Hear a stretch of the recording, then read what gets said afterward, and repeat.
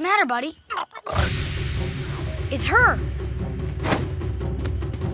Hello, Painted Lady Spirit.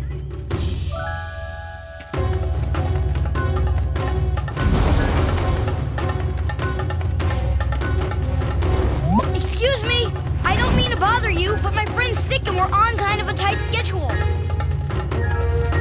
Wait, but I'm the great bridge between your world and mine.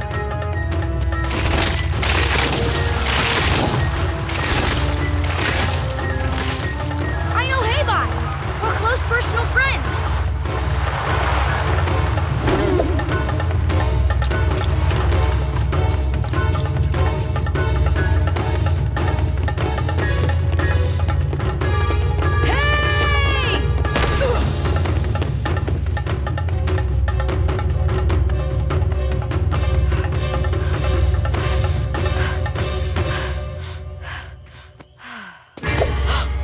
My name's Aang. I'm the Avatar.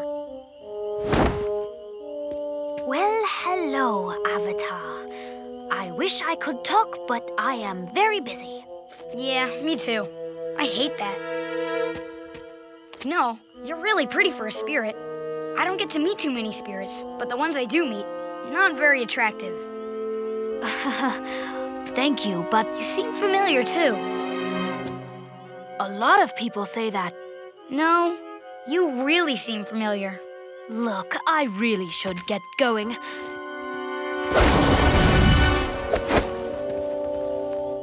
Katara? Hi, Aang. You're the Painted Lady?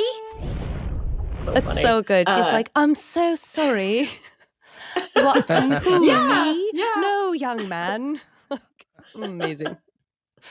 Anyway, Aang finally figures out who she is. We learn that the first night Katara was just trying to help the village. When she found out who they thought she was, she took on that persona. So now she's dressing up as the Painted Lady. And Appa isn't even sick. She's been feeding him these purple berries to make his tongue purple, but other than that, apparently he's just been playing along because the berries are He likes to be delicious. lazy. Yeah, I'm sure he loves those berries.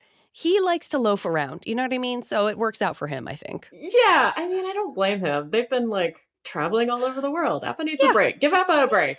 Agree. Anyway, Aang's totally into Katara's secret alter ego and agrees to help her to try to destroy the factory. Inside the factory, Katara and Aang try to formulate a workable plan, and they manage to do a pretty significant job just creating a lot of damage. And it seems like with all the work they did, they just destroyed the foundry where we see the pollution stop seeping into the river.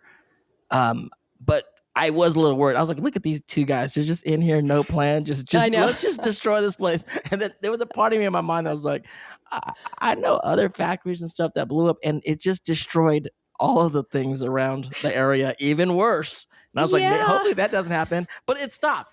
Whatever they did, It worked. it didn't blow it up in a way that just kind of totally wrecked the environment. It's just stopped, which is great. Good for them. Now, back at the camp, Toph and Sokka are already awake, and the jig is up. Sokka is seriously peeved. And in the smoldering ruins at the factory, a pretty scary-looking dude with a scarred face. No offense to Zuko. They do like scars in the Fire Nation. And he wasn't the only one with a scar. This little kid had a little scar or birthmark or something on his shoulder. A lot of scarring going on in the Fire Nation. We don't know what's happening. But this particular scar is more like a Frankenstein-ish stitch scar from a cut. I mean, Yeah. right? It's not like Anyway. a burn. It's not like the burn. It's not scar. a burn. No. Yeah. It's more like it was a bad stitch job from a doctor. Yeah. I don't know. Anyway, the Fire Nation soldiers head to the village to punish them for what they assume they've done to the village. Sokka and Katara have a frustrated exchange, but Katara stands up for her decisions. They're headed there right now to get revenge. Well, what was I supposed to do? Leave. Do nothing. No! I will never, ever turn my back on people who need me. Sokka finally starts behaving better, and the whole gang heads down to the village to help the villagers. And the head soldier guy is accusing the village of stealing the factory's food and medicine in addition to destroying the factory, which is, I mean, I'm not being all pro Fire Nation here. I'm just saying that is, yeah, I mean, people have been stealing stuff. They destroyed the factory. You can understand why they're mad. I'm not saying it's Yes. right for them to be destroying the environment. I'm just Right. understanding that the Fire Nation guys are a little upset with the fact that someone's been stealing from them and destroyed their whole factory. Mm-hmm. Right? Mm-hmm. Kinda. It does sound like a defense. Not a defense in any way of Fire Nation destroyed. I'm just saying there may be better ways than just to go and destroy the factory. Anyhow, I do not now, even though I defended one side of it, I am in no way defending the fact that they are now starting to destroy the village. Not cool. Yes, not fair. cool. That part. No, not at all. Not at all. That's all I'm saying. That's all I'm saying. No. And I get it. Listen, they thought that there was an arrangement. They thought there was an agreement, and they feel like the villagers are violating that. I get that. They're wrong.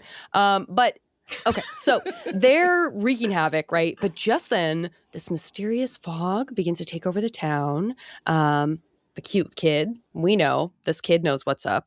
It's the painted lady. She's coming. Strange sounds, though, and noises are like accompanying the fog, which we find out is Toph earthbending. We saw that fog in the last up a episode, growling, Barney. We saw that fog in the last episode, I think. Remember when something surrounded the ship was like, oh, shit, someone can make fog. That's crazy. Yeah, it's a very nice cloak, slightly different from the cloud that Appa sort of conceals himself in when they're traveling across the Fire Nation. But yeah, there's a lot of like good cloud and fog cover in this season. And I really like the little kid who's like, she's coming. Like, like it's a horror movie.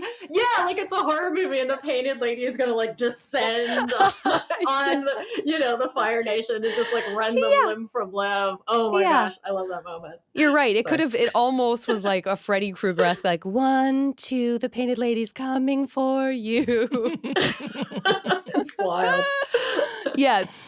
They make it creepier. They make it creepier because they want to intimidate the soldier. So yeah, we've got Toph earthbending, we've got Appa growling, we've got Sokka blowing an eerie tune, and sure enough, here's the painted lady. And the soldiers try to attack, but their weapons are blown away. She crushes soldiers' boats. They flee in fear with what they have left, all but the main scar face guy who starts to firebend to fight her.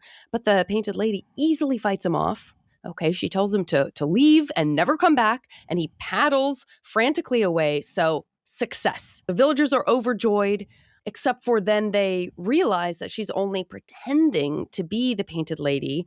Now Sokka's furious on her behalf. Now Sokka's furious because they're not appreciating what Katara's done for them, but Katara understands. Maybe she is a waterbender, but she was just trying to help you. Because of her, that factory won't be polluting your river, and the army is gone. You should be down on your knees thanking her. Sokka, it's okay. I shouldn't have acted like someone I wasn't, and I shouldn't have tricked you. But I felt like I had to do something. It doesn't matter if the painted lady is real or not. Because your problems are real, and this river is real. You can't wait around for someone to help you. You have to help yourself. Bend your ear for ad-free episodes with Avatar Braving the Elements Premium. Subscribe today on Apple Podcasts.